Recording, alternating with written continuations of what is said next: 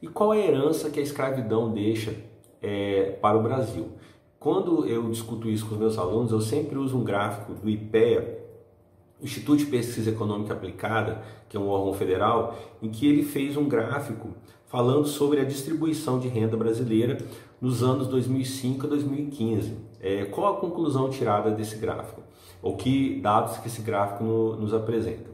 Ele nos apresenta que o 1% mais rico dos brasileiros, a nossa classe dominante, 1% deles, desse 1%, esse 1% mais rico do Brasil, mais ou menos 80% deles é formado de brancos. Ou seja, se você pegar o 1% mais rico do Brasil, a nossa classe dominante, 80% deles é formado por indivíduos brancos.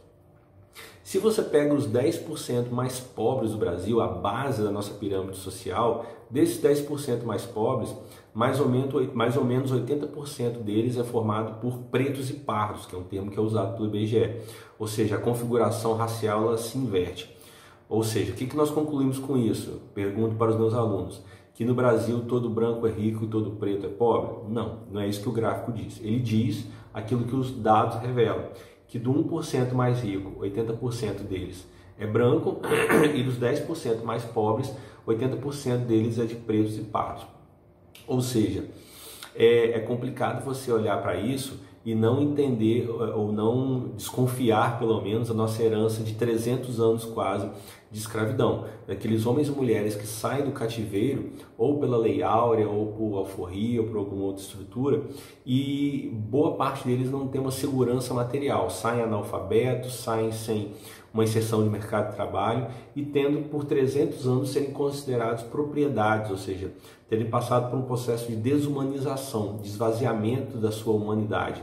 Nós sabemos que a escravidão é uma série de meandros em que alguns indivíduos eles são, em alguns casos, até alguma afetividade entre o senhor e os cativos.